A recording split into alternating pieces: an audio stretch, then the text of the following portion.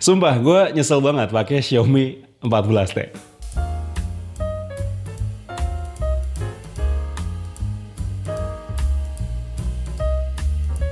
Masih barengan sama gue Dimas, lo masih dengerin Radio Gadget, one and only Gadget Radio. Dan ya, ini adalah Xiaomi 14T. Jujur gue nyesel, kenapa nggak dari kemarin aja gue beli Xiaomi 14T. Karena faktanya handphone ini memang sebagus itu.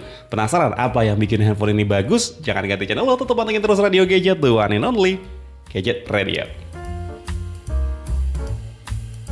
Well, gue bakal cerita mulai dari sektor kameranya. Menurut gue, ini jadi salah satu faktor yang wajib banget lo tahu sebelum lo memutuskan beli Xiaomi 14T. Dan faktor ini juga yang bikin gue nyesel. Kenapa kemarin gue lebih pilih beli handphone merek lain ketimbang Xiaomi 14T.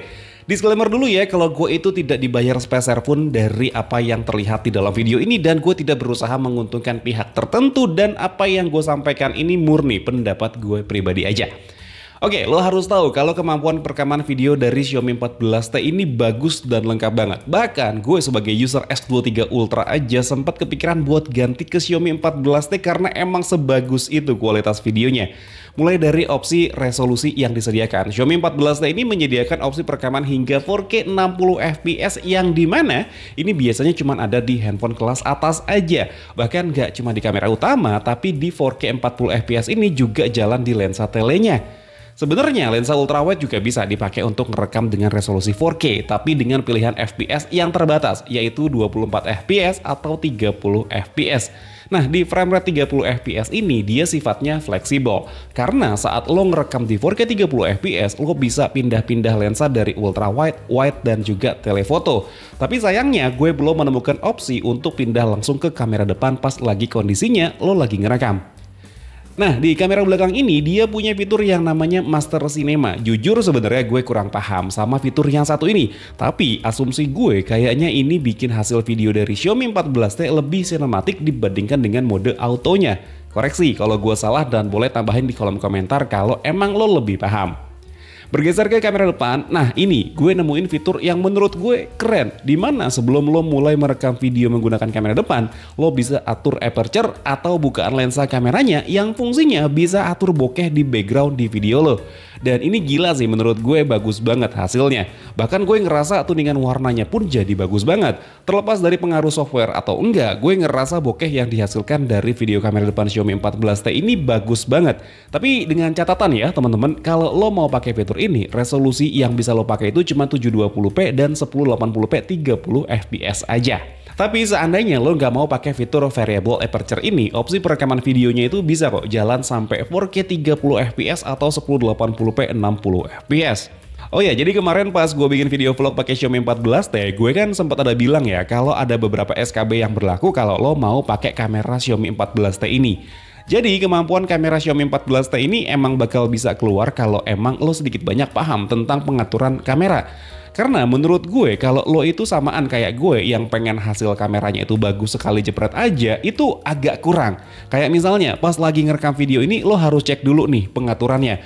Misalnya HDR-nya nyala atau enggak. Karena saat HDR-nya nyala lo jadi nggak bisa pakai fitur Master Cinema. Terus saat HDR-nya nyala lo cuma bisa pakai frame rate 30 fps aja. Saat HDR-nya nyala lo nggak bisa pakai fitur steady mode-nya. Dan saat steady mode-nya nyala frame rate maksimal juga cuma bisa mentok di 30 fps aja. Untuk kamera depan nggak punya pengaturan steady mode, tapi menurut gue hasilnya udah cukup stabil. Terus di kamera belakang ini dia juga punya pengaturan EV yang bisa lo atur sebelum melakukan perekaman. Tapi EV-nya ini sifatnya kurang fleksibel. Seandainya lo udah atur EV-nya dan lo berhenti merekam, dan saat lo masuk lagi ke aplikasi kamera, pengaturan EV-nya itu masih sama kayak tadi yang udah lo setting, nggak balik ke default atau nol lagi. Jadi kalau lo emang orangnya lupaan, bakal langsung mikir, kok kameranya gelap atau keterangan ya? Padahal belum diatur ulang aja EV-nya. Kondisi kayak gini sebenarnya berisiko kita kehilangan momen ya. Kalau seandainya lo pengen mengabadikan momen, buka kamera, atur EV-nya lagi, dan hilang beberapa detik di awal saat lo mau merekam. Nah, di video kemarin juga ada yang komen, kok kameranya bagus, nggak endut-endutan, terus pas ngerekam 4K 60 fps panas atau enggak, dan delay atau enggak. Yang pertama, kalau lo berasumsi kameranya enggak endut-endutan, sebenarnya lo salah karena kameranya masih tetap endut-endutan di kondisi-kondisi tertentu. Misalnya, saat lo ngerekam menggunakan kamera wide atau 1 kali zoom dan lo pakai buat jalan, itu berasa kameranya masih endut-endutan. Begitupun juga kalau lo zoom 2 kali dan 4 kali dan direkam sambil jalan, itu dia endut-endutan. Solusinya, lo pindah ke kamera ultra wide atau 0,6 kali, endut-endutannya bakal hilang. Terus kalau lo tetap pengen ngerekam pakai kamera wide dan biar nggak endut-endutan, kurangin ngerekam sambil jalan. Banyakin aja footage panning atau tilting. Usahain tangan stabil, dijamin hasilnya nggak akan endut-endutan. Terus kalau ngerekam 4K 60 fps panas atau enggak? Jawabannya panas kalau lo ngerekam dengan durasi yang panjang dan di luar ruangan dengan kondisi terik matahari. Tapi panas kayak gini juga berlaku di semua HP yang bisa ngerekam 4K 60 fps dengan durasi yang panjang. Bahkan kamera profesional pun juga bisa panas. Tapi gue belum menemukan kondisi yang sampai overheat jadi nge-close kameranya. Solusinya ambil footage jangan panjang-panjang dan turunin dulu suhunya sebelum ngerekam lagi. Dan yang terakhir, delay atau enggak. Jujur gue bingung yang dimaksud delay itu yang kayak gimana. Tapi yang gue temuin pas lagi ngerekam itu, sesekali pas lagi ngerekam itu previewnya suka skip framenya. Semacam lag tapi itu nggak sering dan nggak berpengaruh sama hasil videonya. Semoga ini bisa dibenerin pas update software nanti. Dan gue baru dapat info yang dimaksud delay itu ternyata adalah perpindahan posisi dari portrait ke landscape. Katanya saat dilakukan perekaman, kalau lo pindah posisi dari portrait ke landscape itu bakal ada jeda 0,5 detik. Well, gue nggak nemuin dan 0,5 detik itu cepet dan menurut gue sih wajar-wajar aja. Terus gimana nih hasil fotonya? Sebenarnya jujur gue malu buat gue yang nggak ngerti fotografi, settingan foto dari Xiaomi 14T ini banyak banget. Buat gue yang orangnya lebih suka jepret langsung jadi, gue ngerasa wah sejupu itu ya ternyata gue. Intinya lo harus tahu dulu nih komposisi cahaya yang pas gimana, angle yang baik itu seperti apa, bokeh yang natural itu gimana. Baru deh gue jamin hasil foto Xiaomi 14T ini bakal bagus-bagus banget. Well, sebenarnya pembahasan review Xiaomi 14T ini akan lebih banyak ngebahas tentang kemampuan kameranya kayak yang udah gue sebutin tadi. Tapi kamera juga nggak akan bakal bisa berfungsi normal kalau performa handphonenya nggak bagus. So, selanjutnya gue bakal bahas tentang performa dari handphone yang satu ini. Xiaomi 14T ditenagai prosesor mid to high keluaran MediaTek yaitu MediaTek Dimensity 8300 Ultra yang bisa menghasilkan skor Antutu sebesar 1,3 jutaan poin dan ini nggak beda jauh sama Snapdragon 8 Gen 2 di Samsung Galaxy S23 Ultra yang gue pakai. Dan asumsi gue handphone ini bakal lancar kalau lo mau pakai buat main game apapun, bahkan kelas emulator aja ini bakal bisa lancar. At least emulator yang sering gue mainin ya kayak Aether SX2 buat main game PS2. Kemarin sebenarnya ada juga yang bilang kalau Need for Speed Most Wanted itu emang kurang lancar dimainin di emulator, tapi nyatanya di Xiaomi 14T ini bisa ngelibas dengan cukup gampang. Selain itu, prosesor ini juga cukup stabil performanya. Saat gue lakukan pengetesan menggunakan CPU throttle, performanya cenderung stabil, nggak naik turun. Meskipun grafiknya menunjukkan turun, tapi nggak menunjukkan fluktuasi yang berlebih. Smooth aja gitu, selama 60 menit dapat di sekitaran 75%. Begitupun juga saat gue coba pakai 3D Mark, wildlife stress test dapat 76% di loop sebanyak 20 kali dan wildlife-nya dapat di max out. Internal storage di Xiaomi 14T juga menggunakan jenis yang terbaik di kelasnya dengan speed yang kencang juga. Ini terbukti saat gue pindahin data berukuran 1,5 GB, prosesnya terbilang cepat. Dengan RAM 12 GB, multitasking di handphone ini juga bukan yang jadi kendala. Pindah-pindah antar aplikasi, main game sambil chatting, semua bisa lancar tanpa kendala. Jadi kalau lo emang adalah orang yang lebih mengutamakan performa di rentang harga 6 jutaan, Xiaomi 14T ini kayaknya cocok buat lo. Untuk suhu, jujur yang satu ini emang bukan yang adem banget juga, tapi sejauh gue pakai handphonenya, suhunya bakal cepet turun juga. Dan itu muncul di kondisi-kondisi tertentu aja, kayak pas lagi ngerekam video lama, main game yang agak lama, dan pas ngetes CPU throttle aja. Kalau pakai buat sekedar chatting dan nonton film sih adem-adem aja handphonenya. Performa Xiaomi 14T ini berbanding lurus sama performa dari layarnya juga. Meskipun ukurannya nggak terlalu besar, justru ini yang bikin dia nyaman. Ringkas dan compact aja menurut gue.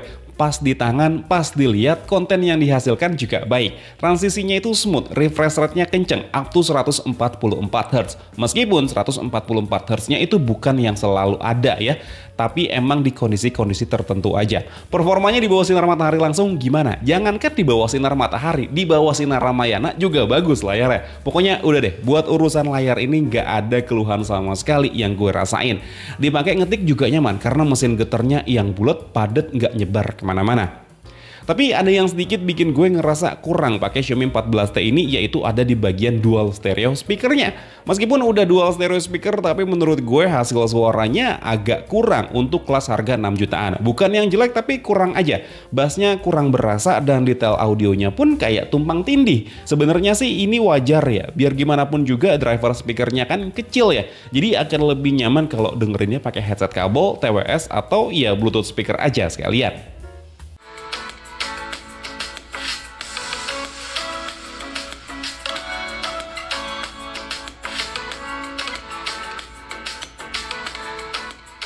Buat urusan koneksi, Xiaomi 14T ini udah lengkap ya, udah punya jaringan 5G, 4,5G, 4G, 3G, 2G, aman, semuanya ada. Wi-Fi-nya juga udah Wi-Fi yang kenceng dan stabil. Dan jangkauan penangkapan sinyal Wi-Fi-nya ini juga cukup jauh ya. Gue di luar rumah aja itu masih bisa nangkap sinyal Wi-Fi yang modemnya gue taruh di dalam. NFC-nya ada dan port USB-nya itu juga udah kenceng buat pindah data. Nah, baterai. Menurut gue handphone ini agak boros untuk ukuran baterai di 5000 mAh. Sepenggunaan gue yang lebih sering bikin konten, baterainya itu bisa dapet SOT 4,5 sampai 5 jam dengan kondisi gue lebih sering menggunakan jaringan seluler dibandingkan dengan WiFi. Plus, karena akhir-akhir ini gue sering keluar rumah, jadinya brightness handphonenya ini lebih sering di posisi maksimal yang bikin baterainya juga tambah boros. Cuman untuk urusan charger, handphone ini beda cerita ya. Meskipun chargernya ada penurunan dibandingkan dengan Xiaomi 12T dulu yang punya charger 120 watt, charger 67 watt di Xiaomi 14T tergolong yang cepat ngecasnya. Dari kondisi baterai muncul notifikasi sampai sekitar 90%, itu cuma butuh waktu 45 sampai 50 menitan aja. Jadi menurut gue masih tergolong aman. Well, cerita yang terakhir dari Xiaomi 14T ini adalah desainnya. Jujur, alasan gue beberapa bulan lalu nggak milih Xiaomi 14T dibandingkan handphone lain adalah desainnya. Menurut gue, desain handphone dengan harga 6,5 jutaan tuh nggak begini. Ya sebenarnya untuk urusan desain ini kan emang masalah selera ya. Dan jujur gue pribadi kurang suka sama desain Xiaomi 14T. Untungnya secara handling handphone ini masih nyaman, meskipun banyak sudut yang mengotak di setiap sisi bodi handphonenya. Terlepas dari hal itu, feel genggam handphonenya berasa solid, nggak ada bagian yang berasa kopong. Tombol-tombolnya pun solid, nggak gampang digoyang-goyangin. Finishingnya rapih dan saran aja sih, kalau lo mau ambil Xiaomi 14T, mending ambil yang varian warna hitam aja, karena kelihatannya lebih gagah dan cari casing yang keren juga. Kesimpulan gue buat Xiaomi 14T ini adalah handphone bagus, tapi lo harus tahu syarat dan ketentuan yang berlaku yang kayak gue udah sebutin tadi. Stabilisasi kameranya itu bagus banget, gue suka banget sama variable aperture di kamera depannya, dan hasil video bokehnya juga rapi banget. Paling yang perlu diperhatiin itu ada di kondisi baterainya aja yang menurut gue masih kurang awet kalau dibandingkan dengan beberapa handphone yang punya harga yang mirip. Selebihnya ini handphone udah keren banget. Nah, jadi gitu ya teman-teman, Xiaomi 14T. Kalau menurut gue handphone yang satu ini itu udah keren banget. Tapi memang ada beberapa term and condition yang memang harus lo perhatikan. Tapi ya seperti yang tadi gue bilang ya teman-teman, kalau semua itu adalah murni pendapat gue pribadi. Kalau misalkan seandainya lo punya pendapat yang berbeda, boleh tulis aja di kolom komentar di bawah. Dan ya udah, mungkin segini dulu aja cerita gue mengenai Xiaomi 14T yang satu ini. Kalau misalkan emang lo suka sama ceritanya, boleh di like dan di subscribe channel gue. Tapi kalau misalkan emang gak suka, boleh di dislike aja. Akhir kata gue undur diri, sampai ketemu lagi di siaran berikutnya. Assalamualaikum warahmatullahi wabarakatuh. Dadah.